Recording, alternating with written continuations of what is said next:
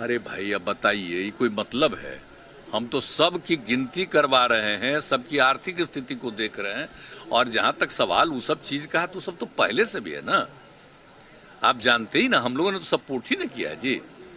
तो जो upper caste जो माना जाता है उसका भी तो 10% का है ना, उसमें जो गरीबी है उसी का तो ऑलरेडी है वहां। तो इसके लिए किसी को विवाद करने का हमको औचित्य समझ में नहीं आता है। एकदम समझ के परे है, काहे सोच रहा है इस सब चीज को। सबकी जानना जाने, अरे कोई गरीबी की स्थिति है तभी ना उसका और उत्थान करने के लिए क्या करना चाहिए। आप जो समझ रहे हैं कि हम लोग जो जीविका दीदियों का है, तो आप तो कहीं भी जाकर के देख रहे हैं कि अब महिलाएं घर के अंदर जो पहले पुरुष ही कुछ कर पाते थे अब महिलाएं भी कर रही है, तो पारिवारिक स्थिति बेहतर न हो रही है। तो हम लोग तो हर तरह से काम करने की कोशिश कर रहे हैं, लेकिन कभी कभी आश्चर्य होता है कि ऐसा चीज कौन चीज कर रहा है, इससे किसी को एतराज क्या हमको समझ में नहीं बात आती है। और आप जानते हैं, आई तो जाति आधारित जनगणना के लिए तो बिहार का ऑल पार्टी ने एक साथ तय किया। आप भी जो हम लोग कर रहे हैं, कोई हम लोगों की पार्टी हमारा है, इस सभी पार्टी की सहमति से एक एक काम किए।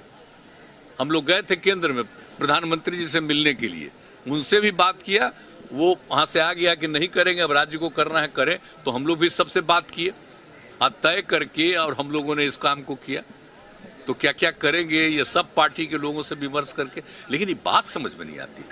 अच्छा ये बताइए, हर पार्टी के लोगों को आप देख लीजिए कि सब लोगों की सहमति थी, आज जितने लोग बोले हैं इसके पक्ष में, देख लीजिए कि सब जाति के लोग हैं। लेकिन हमको आश्चर्य होता है, इसका मतलब है कि किसी का बेमतलब का माइंड है, कभी किसी के लिए खतरा नहीं है, सबके हित में काम हो रहा है। मत सोचना चाहिए कुछ है ही नहीं है? नहीं, वो आप समझ लीजिए, जाति गणना का मतलब है कि अब उसमें तो ऐसे तो होता ही ना है। हर जाति में आप जानिएगा उपजाति के रूप में तो बहुत सा नाम रहता है ना। अच्छा जब नम्मा आप देख लीजिए गौर से, तो अलग अलग जाति में भी तो एक नम्मा आपको मिलेगा 2-3 जातियों में। तो वो सब नहीं जानते, समझ नहीं। अरे गलत है, उन लोगों को मालूम नहीं है। ये सब ऑल पार्टी की मीटिंग में हम लोग बात किए। और जो बोल रहा है कोई आदमी, इसका मतलब है उसको समझ नहीं है।